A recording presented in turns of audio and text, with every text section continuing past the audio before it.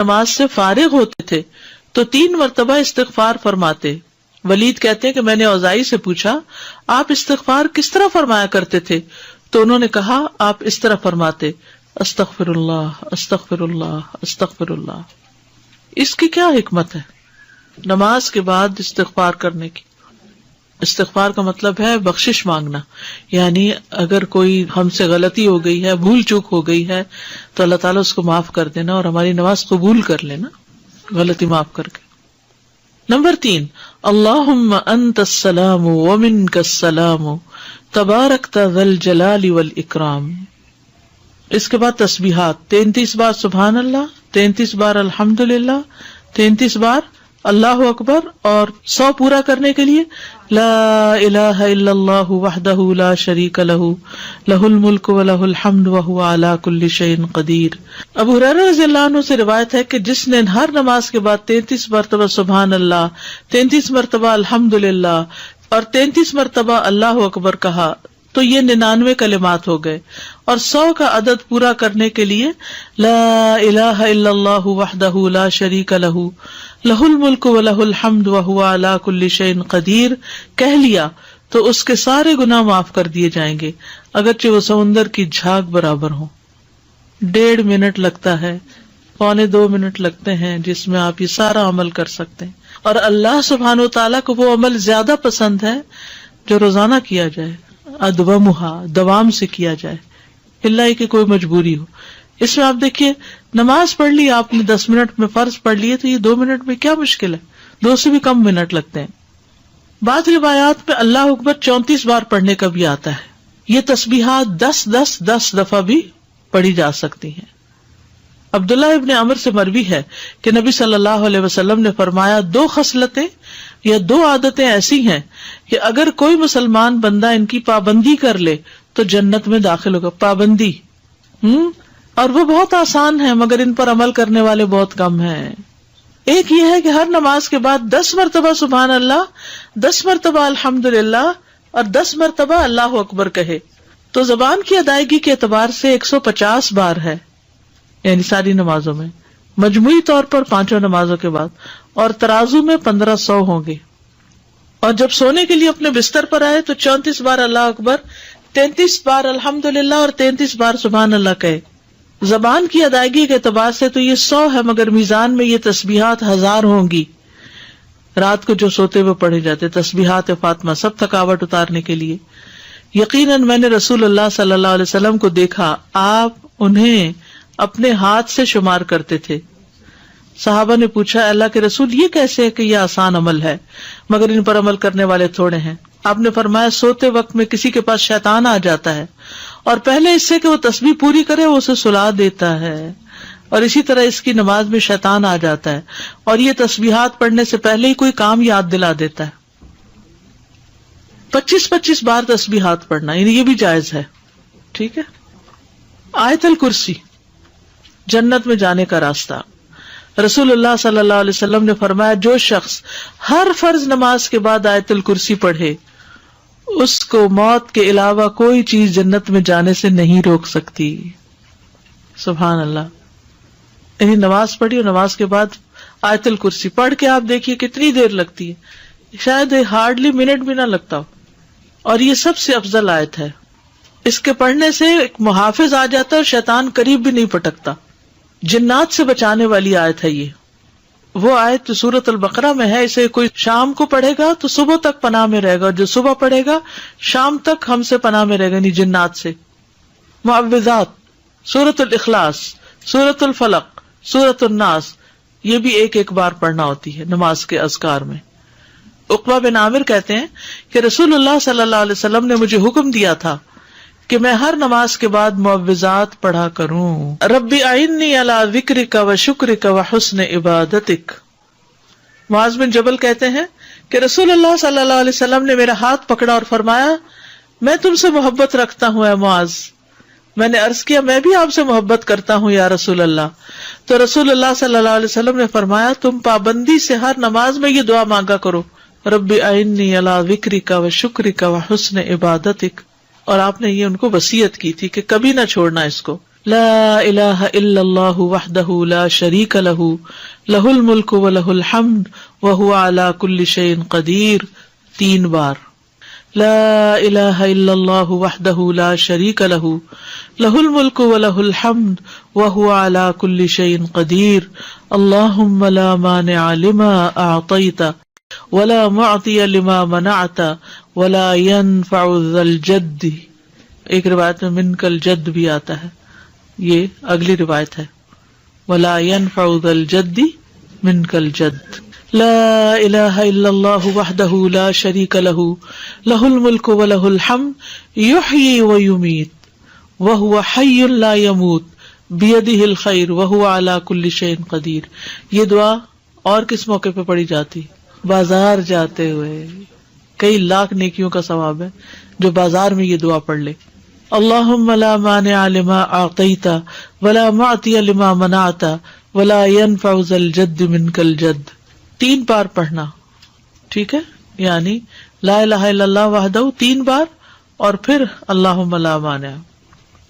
لا الہ الا اللہ وحدہ لا شریک لہ لہ الملک ولہ الحمد وہو علی کل شیء قدیر. لا حول ولا قوة الا باللہ. لا الہ الا اللہ ولا نعبد الا ایاہ لہ النعمة ولہ الفضل ولہ الثناء الحسن. لا الہ الا اللہ مخلصین لہ الدین ولو کرہ الکافرون. رب قنی عذابک یوم تبعث عبادک. اے رب مجھے اس دن کے عذاب سے بچانا جس دن تو اپنے بندوں کو اٹھائے گا. پھر ہے اللہم انی اعوذ بک من الکفر والفقر وعذاب القبر. کفر، فقر اور عذاب قبر سے تیری پناہ میں آتا ہوں اے اللہ.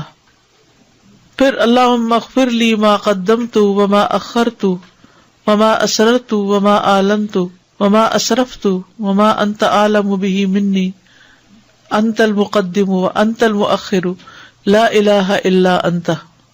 یہ اگلے پچھلے ظاہری باطنی سب گناہوں کی معافی کا اعلان ہے اس میں. سبحانک اللہم وبحمدک استغفرک واتوب الیک.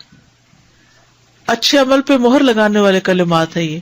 یعنی جو شخص کسی مجلس میں بیٹھے پھر اس سے کچھ غلط سلط باتیں ہو جائیں تو جب یہ کلمات آخر میں پڑھے گا تو وہ معاف ہو جائیں گے، کفارہ ہو جائے گی اس مجلس کا.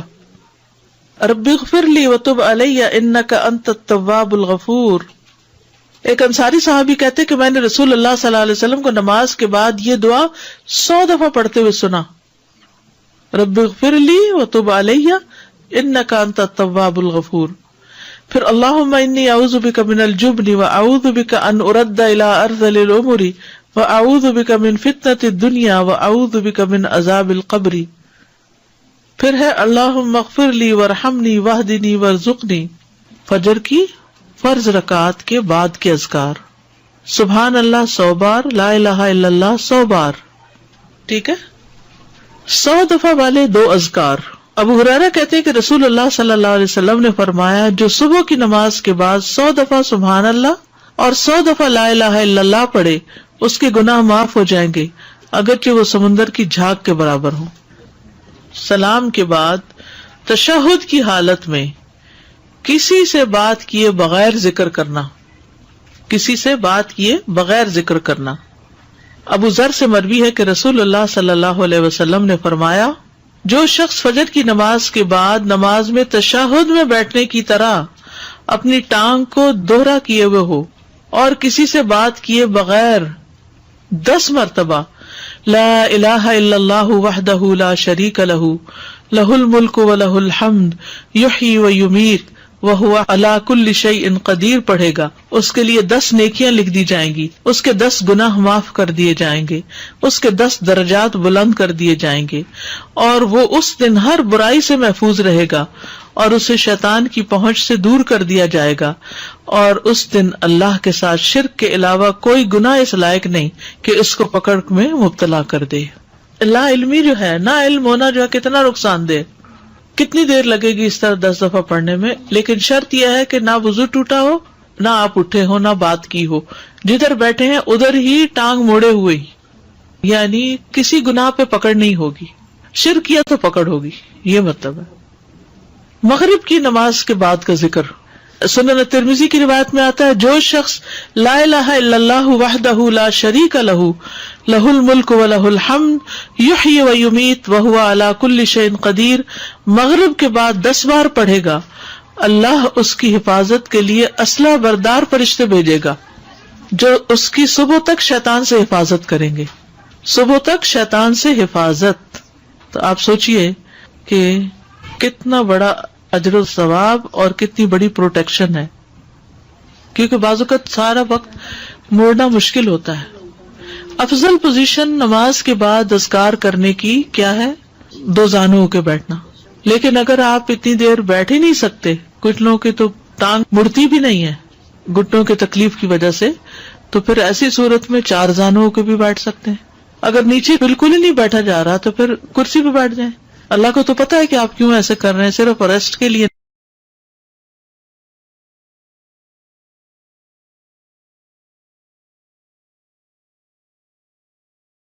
نماز کے بعد کے اذکار: ایک بار اللہ اکبر کہنا اور اونچی آواز میں.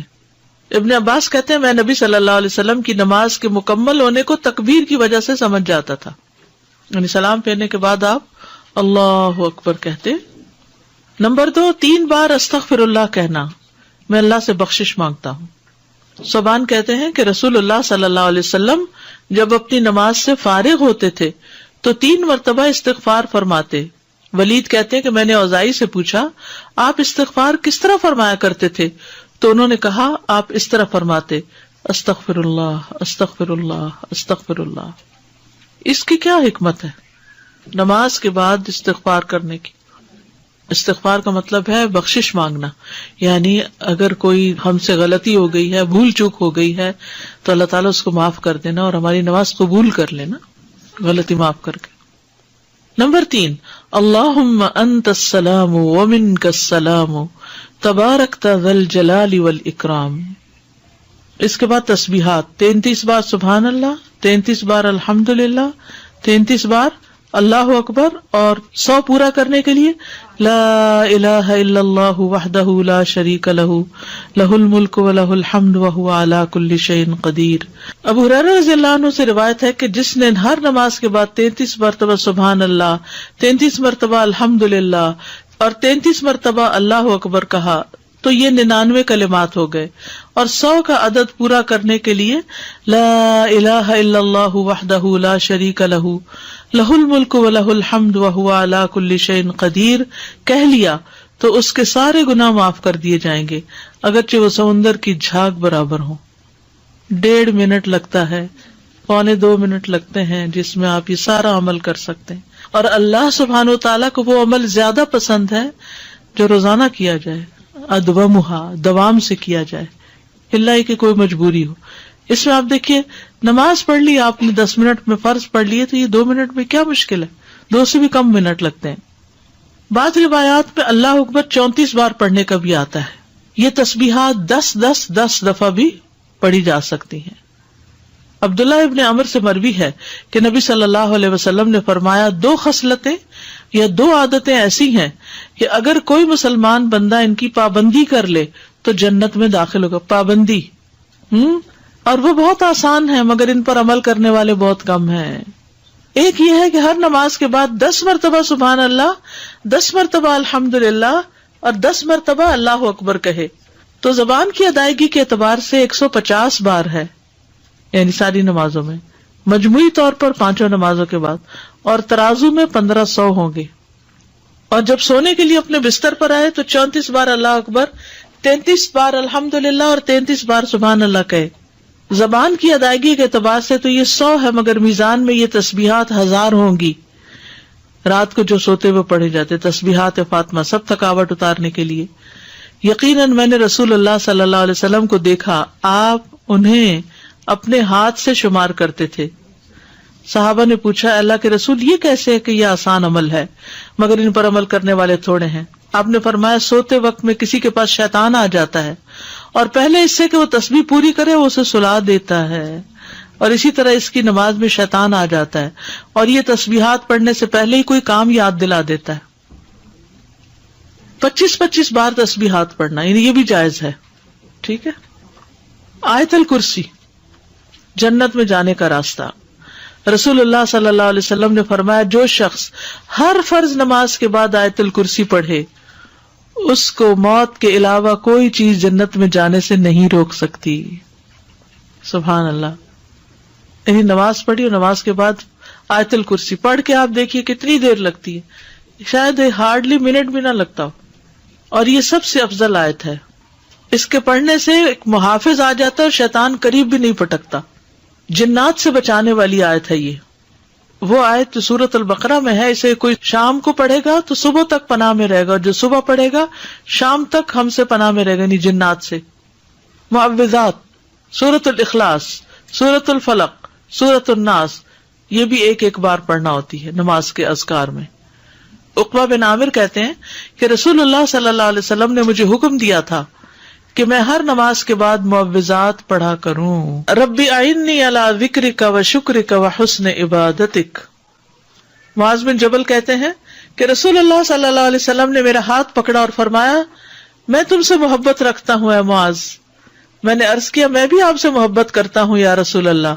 تو رسول اللہ صلی اللہ علیہ وسلم نے فرمایا تم پابندی سے ہر نماز میں یہ دعا مانگا کرو، ربی اعنی علی ذکرک و شکرک و حسن عبادتک۔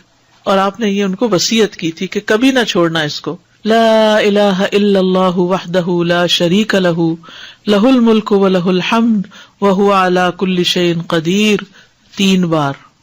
لا الہ الا اللہ وحدہ لا شریک لہ، لہ الملک و لہ الحمد وہو علی کل شیء قدیر، اللہم لا مانع لما اعطیت ولا معطی لما منعت ولا ينفع ذا الجد۔ ایک روایت میں منک الجد بھی آتا ہے، یہ اگلی روایت ہے، ولا ينفع ذا الجد منک الجد۔ لا الہ الا اللہ وحدہ لا شریک لہ، لہ الملک ولہ الحمد یحیی ویمیت وہو حی لا یموت بیدہ الخیر وہو علی کل شیء قدیر۔ یہ دعا اور کس موقع پہ پڑھی جاتی؟ بازار جاتے ہوئے۔ کئی لاکھ نیکیوں کا ثواب ہے جو بازار میں یہ دعا پڑھ لے۔ اللہم لا مانع لما اعطیت ولا معطی لما منعت ولا ينفع ذا